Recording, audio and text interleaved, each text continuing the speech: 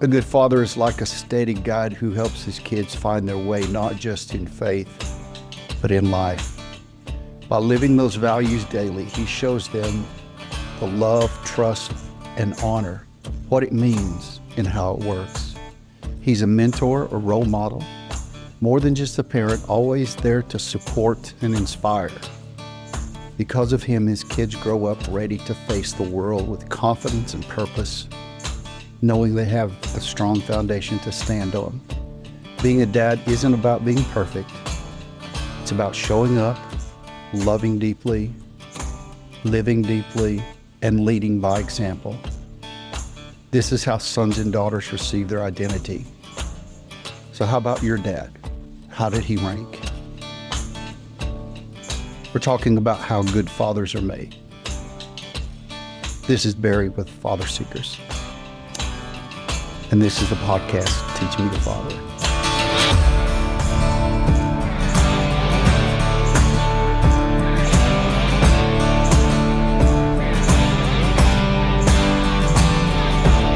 This is the Father's Day edition. Today we're going to talk to one of the greatest guys I've ever met in my life. I've known him for just a couple years now, but a fine man of integrity and character. He has got quite the story, and I cannot wait for you to hear it. I want to introduce you to my friend, Russ Headberg. Russ, thanks for being here. Well, thank you. It's good that you're here. I'm glad you're here. You're one of the best dads I've investigated, and you're one of the best dads I've ever heard about. Well, I appreciate that. Thank you so much. You're welcome. You're welcome. So I want to dive deep. Tell me about your family, how you grew up. Tell me that story. I was born and raised in West Bend, Wisconsin. I have one older brother and 4 younger sisters who never cease to drive us nuts. So a large family. My dad worked. He was a rural mail carrier with the Postal Service.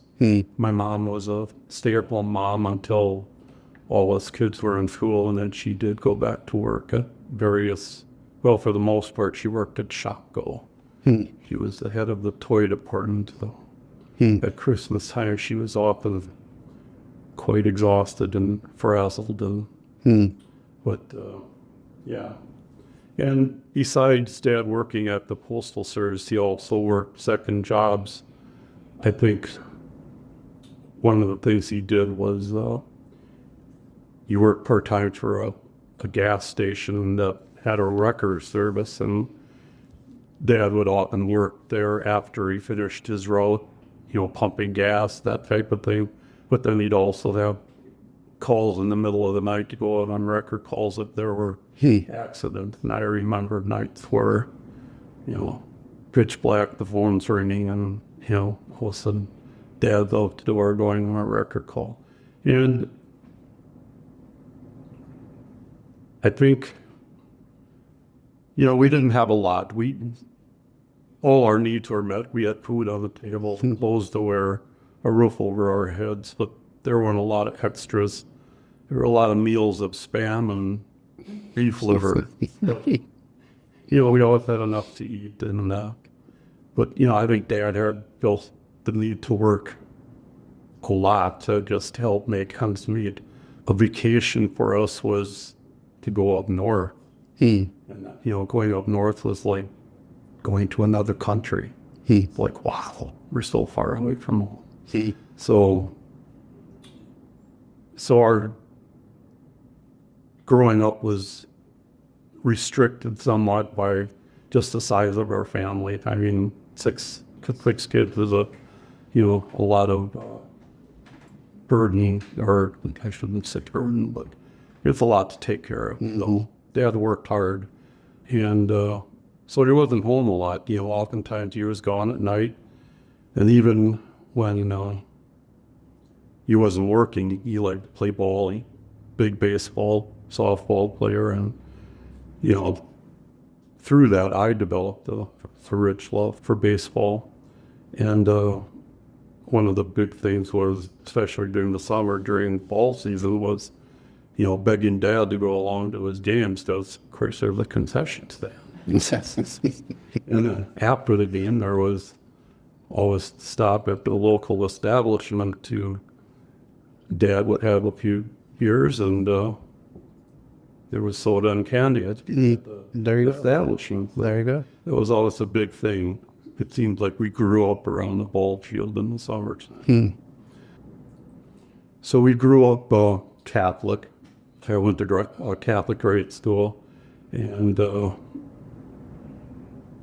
it was a lot of, a lot of rule following. It seemed like got to go to church on Sunday, got to go to confession once a month and be forgiven of your sins, that type of thing. So it was a pretty regimented life.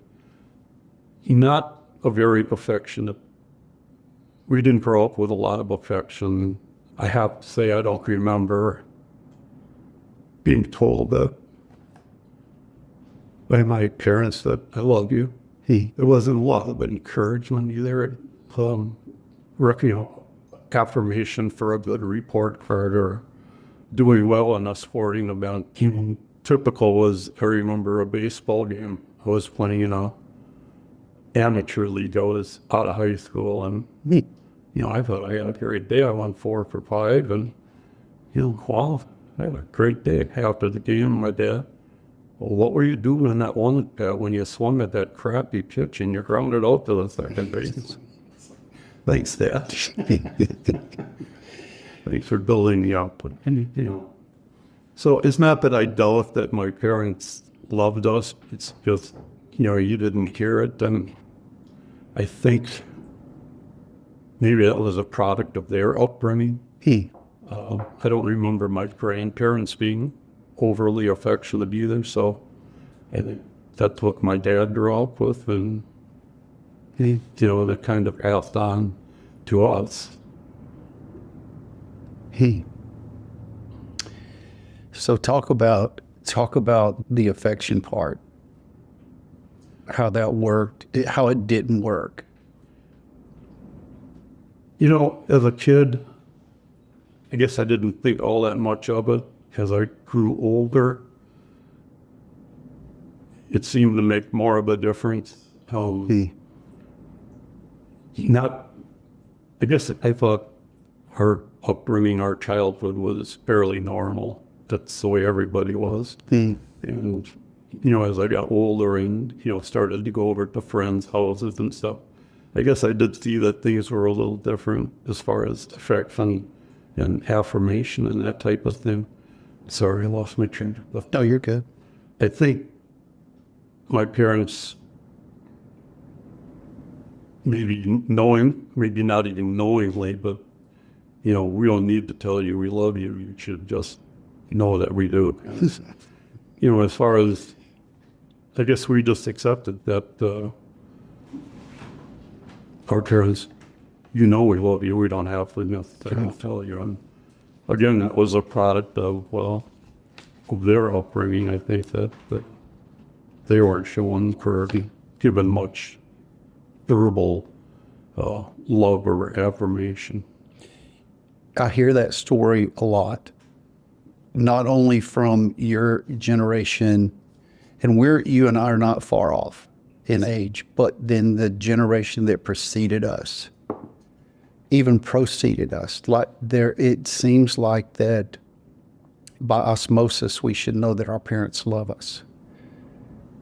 Let's fast forward a little bit, because you talked about something. You said you realized that how your parents affirmed and loved you openly it didn't seem normal when you got into other homes. So what was normal to you was not normal in other homes, and that's when you begin to notice this should go a different way. This should happen a different way. How did that transition start for you, and how did you begin to work through that as a young man? My dad could be quite intimidating. His bark was always worse than his bite, but he was pretty stern. And as I got older and would, see other fathers of my friends, it just seemed oftentimes so much happier and involved with their kids. Like I said, Dad worked hard. He worked very hard to take care of us.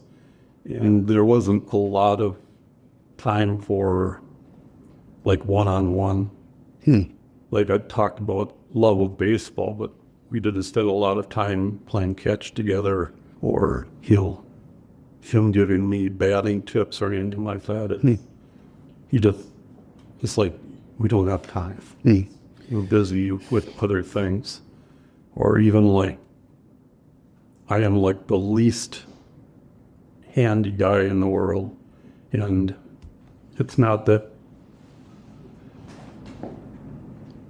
I would have loved for my dad or my grandpa to show me how to change the oil on the car or fix the brakes or whatever, but I think they were just so set on getting it done. It's like, not now, maybe later, but I want to get this done. And So there's a type of dad he's called a provisional dad, provisional father, which means that they were so caught up in not building their own kingdom, but providing.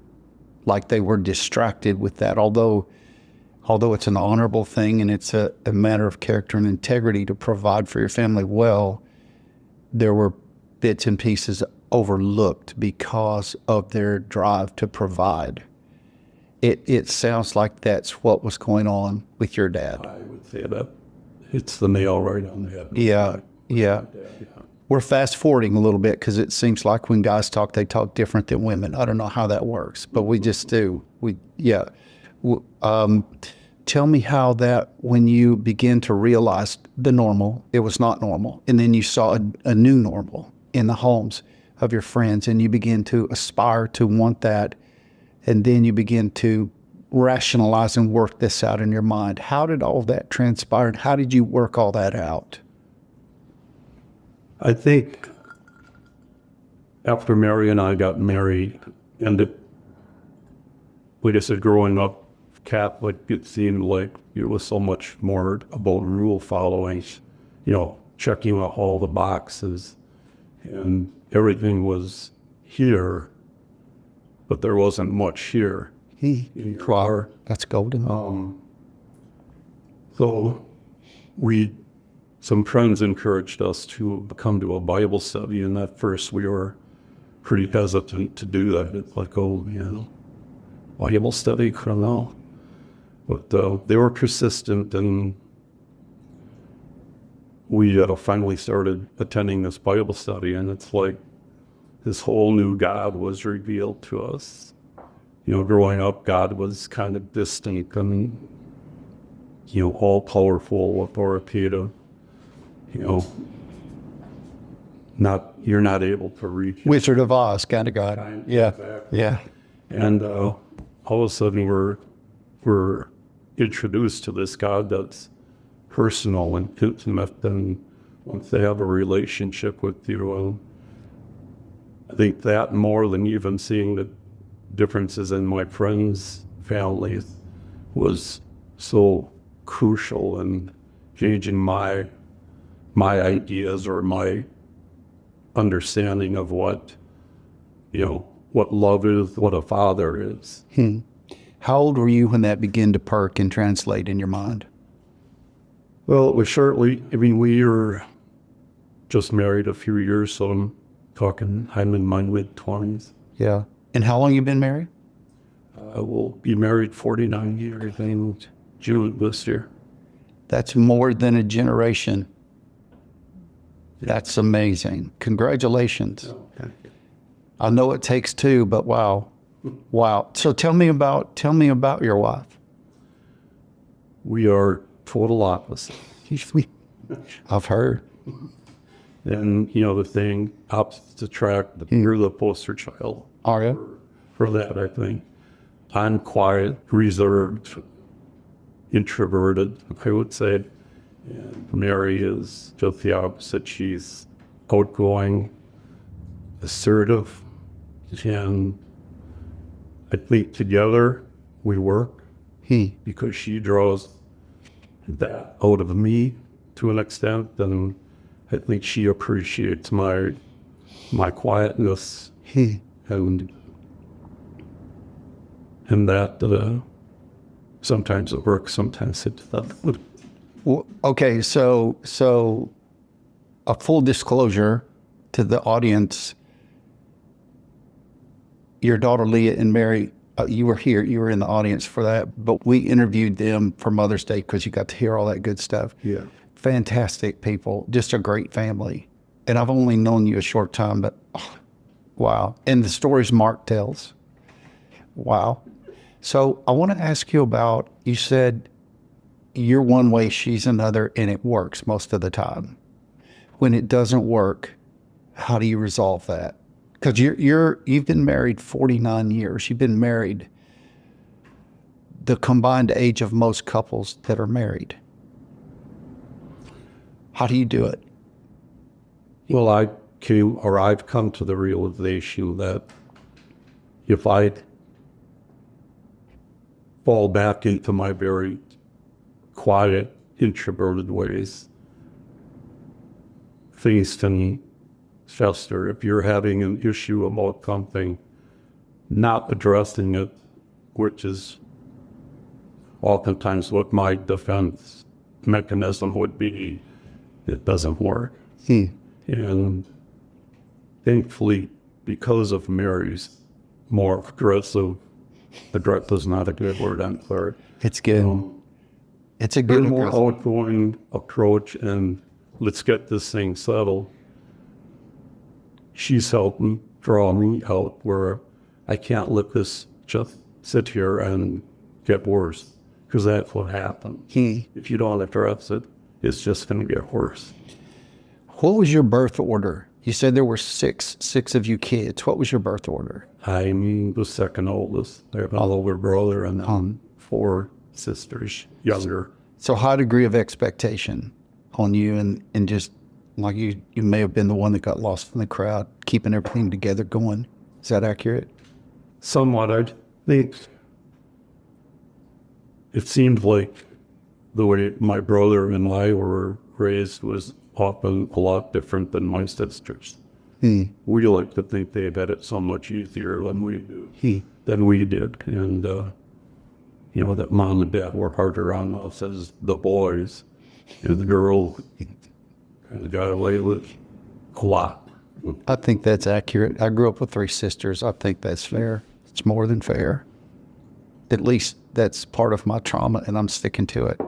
Tell me about your kids, your sons and daughters.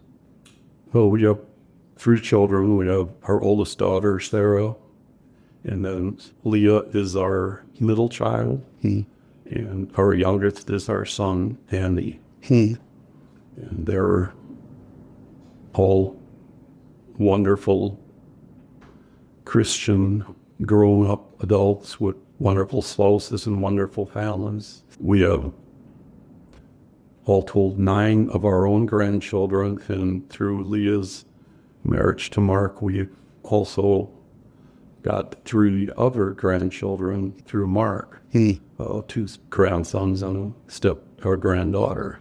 Yeah. So you've got quite really quite the legacy. That's quite a legacy you've got. Very much so. I mean, I can't say how, or can't even express how proud we are of the wonderful people that they've grown up into and going to be. I've heard part of this story. I've heard it from different people in different ways. And I want to hear it, as we say down south, straight from the horse's mouth. Tell me about the fishing story that you and Leah went on the fishing trip, and now she dumped the news on you. I want to hear that story. I think there's other people listening that want to hear it because they're aware of it, just don't know it all. Okay. The original plan was for Mary and I and Leah to go to Canada fishing, and kind of at the last moment, Mary had to bow out due to, I believe it was responsibilities with the county fair. And Leah and I decided, well, we'll go. And so it's a long drive. It's a total of about a 15-hour drive to where we're going fishing up in Canada. And we got 3/4 of the way up. We stopped for the night, and then the next morning we got up to continue and finish the final couple hours to the fishing camp.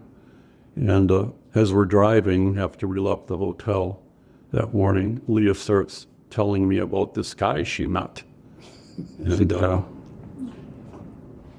And she's going on how they met, at church, and how we invited her to go to this concert. And as she's talking, I'm just noting that she's just beaming. She is like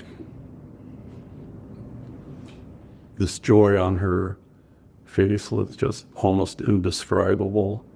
And then she's talking, and then she just kind of blurts out, "I really like him."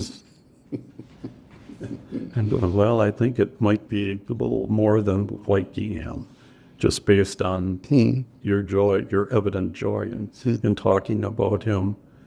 And I encouraged her with, Leah, you've been so faithful to God for so many years in your singleness that you haven't just settled for any guy, and you've been obedient. And I think I'm seeing you so happy right now that, to me, this is God's provision, that maybe this is the guy you've been hoping for and waiting for. And, all indications to me are, this is something you should pursue. Because I think the thing she was worried about is there is a bit of an age difference between Mark and Leah. And, that obviously is not and never will be an issue in their marriage. So let me ask you this. This is completely off script. And I tend to do that. How good did it make you feel as a dad that you were involved in leading your daughter in the decision-making process to move from under your cover to potentially moving under the man that God has for her under his cover? I was so totally happy. And oftentimes I'd be back. Our kids have been amazing from the day they were born. We never had, I won't say any difficulties with them, but so few difficulties in raising them. And it's like, what did we do that our kids turned out as amazing as they have? And oftentimes I can't come up with an answer other than God just decided to bless us with some amazing children.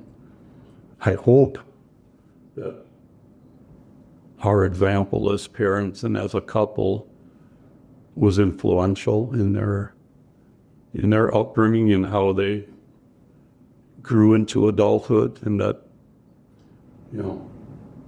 mom and dad have got it together, so they're a good example to follow.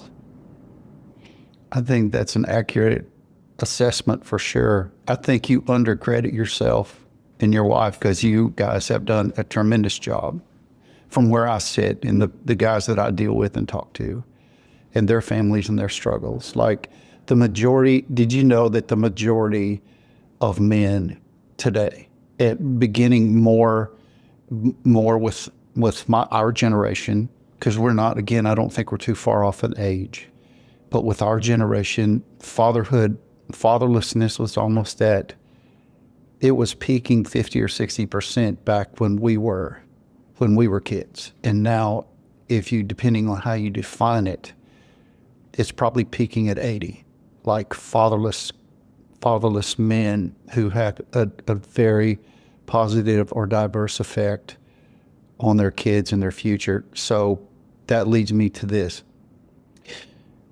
You shared some, and thank you for doing that, sharing about your dad and how you grew up. How did you make the transition? I think it sounds like it started when you realized what was happening in your home wasn't normal. It just was. It's just the way it was. But that transition began when you noticed that it wasn't the way that it was supposed to be. You knew that inside and you aspired to that. Beginning at that point, as you begin to grow and become a man and get your own family, where did the ball drop that started the process for you becoming a great dad? And how did you jump in that pool to do that? Through the introduction to Jesus through the Bible study we attended, and seeing Jesus' life and his personality, his key attributes that Jesus displayed: love, forgiveness, patience, kindness, humbleness. Those were things that I saw I needed to aspire to also. Because what better example could there be for a father than to follow the example of our Father in heaven? So I think that was the big part of my beginning to change my understanding of being a man, being a father, being a husband. And I still will fall back and oftentimes become just like my dad. And Mary will wake me up gently by calling me Bob, which was my dad's name. And it's like, all I gotta hear is Bob, and it's like, oh yeah, Bobface. Yeah, my bad. All right, let's get back on track. So And I'm not trying to demean my dad. No, I got it. I love them very much, but here's what's interesting. And again, this is where, and I mean this with the highest level of respect that could be given. But when old guys like you get on the other side of the mic that's got something to say, and there are men who need to hear it, who don't have a dad, didn't grow up with a spiritual father. They need a spiritual father. They need a guy like you in their life speaking to them. I want to ask you some questions now and just have you fire away, but we're speaking specifically to guys who grew up without a dad, who now find themselves as dads, and they don't know what to do. They just don't know what to do. They didn't have a Mary. Maybe they do, but she's wrapped up in all her stuff and her trauma that she doesn't know how to get out, and they don't have 3 great kids. So let's talk to those guys for a few minutes. And I just want to ask you some questions and have you give some wisdom to those guys that they can say, I need the wisdom. I love that. That's a nugget. But we want you and I, for the next few minutes, we want to inspire men who grew up without a dad, regardless of their age, to find a spiritual father somewhere that can speak into their lives like you're about to speak into their lives. Okay, let's do that. So here's what I want to ask you. And you shared, and again, thanks for sharing about your dad and how you grew up and your grandfather, but tell me the lessons that you grabbed from them that were good and you brought them forward. Because what I'm trying to convey to people right now is that we have a tendency as men to throw away our past because some of it was not good and we didn't have a dad. We just throw the whole baby out with the bathwater. There's some good things there that we need to mine out and bring forward and not attach negativity to. What were those things that you brought forward from your grandpa, your dad, and you go, when you got wiser as a young man, you go, that's good. I'm going to pull that forward. I'm not going to pull this forward. What's good? Work ethic. My dad, as I mentioned earlier, worked very hard, worked few jobs to, support our family. So he instilled in all of us the strong work ethic, which I think it's critical. It's so important to being a good father, a good provider. And I guess, like I said, he wasn't great at expressing love to us verbally, but I think that's one of the ways he showed it, is that he worked hard to take care of us. The other thing is that he was always there for us when we needed him. I know early in our married life, back in the early 80s, I lost my job. And for people that remember the early 80s, unemployment was sky high. There were so few jobs available. If you did see a job, you were one of 700-800 people that applied for it. So it was very difficult to find employment. And I was out of work for over a year. And obviously the financial issues that arose with a young family were becoming insurmountable. And even though my mom and dad never had much, they helped us out financially. And there again, showed me that he loved me, but without really saying it. So those are a couple of things that I would say I brought forward out of my upbringing that I think are important and were very good. So you just hit on a nerve. We men have a tendency not to give gratitude where gratitude is due. And you just did. So how important is that for the younger guys that don't have our track and our experience and the many men that have spoken into our lives? How do we tell a young man to give gratitude where gratitude is due to his parents? How do you do that?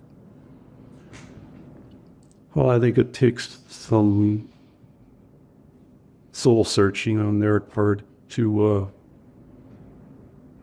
with these people are so quick to dwell on the negative, but I think there's a silver lining in any situation, and sometimes it's hard to find it, but I think I would encourage young men, young fathers that maybe didn't grow up with a strong father figure or without a father figure at all, that, really examine their upbringing, and there's gotta be some good in there that you can carry forward. That's good. That is so good. Let me ask this. What are some of the most dangerous pitfalls that young men can fall into, young fathers who don't have a reference point for fathering? What are some of the most dangerous pitfalls they can fall into? I would say being selfish, putting yourself first. I think that can be a very serious pitfall for a young father. Your wife and your children should be your top priority. If you find yourself putting your desires and your wants in front of your wife and your children, then I think you're going to have problems. And the other thing is we're going to make mistakes as fathers. Nobody's perfect. And when you do make a mistake and you realize it, admit it. Don't make lame excuses where, you try to push it off. Because that often is going to backfire on you, because it's going to, sooner or later, the mistake you made is going to become evident. So own up to it, repent of it, and hopefully you never make those mistakes in the future. Those mistakes that don't have responsibility taken, They get louder over time. They sure do. And they get bigger, and they're really not that big generally. So I want to land the plane with this. What are 2 or 3 things, maybe 3 things, that you've learned over your lifetime that if you knew in the beginning?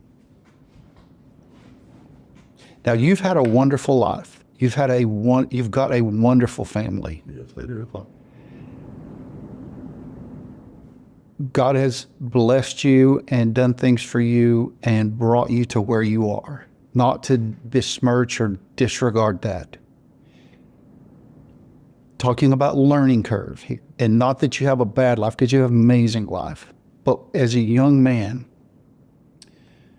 what are 3 things that if you knew at the beginning would have accelerated your life in a very positive way? What are 3 things that you would say to guys right now? If you were their spiritual father and you were to say to them, across the table, eye to eye, what would you say? I think what I would tell young dads today is tell your kids that you love them every chance you get. Showing them that you love them is great, but they need to hear I love you from their dads also. So show it and say it. Another thing that I think young dads should do is be affirming. Commend your kids when they do things right. Tell them you're proud of them. Give them confirmation for a job well done, whether it be in school, sports, or just in their general behavior. I'm proud of you. You did so well on this. You gave it your all, and that's all, we can ask. Just be affirming to them. I think that's so important for their growth. And I guess one more thing would be, whenever you can, don't put things off. If you can find a way to do something that you've been wanting to do with your children, please do it. I know oftentimes it doesn't work out due to circumstances, but whenever possible, do it, because the older I get, it's becoming so evident that time flies by even faster now than it did, say, 10 years ago. So whenever you can, just do whatever that thing is that you've been wanting to do or have talked about doing. That is spoken well, like a great spiritual father. So good. Well done. Happy Father's Day to you. And I hope that today you have gained wisdom, knowledge, understanding, and some insight. This is Barry with FatherSeekers, and this is the podcast, Teach Me to Father. Happy Father's Day.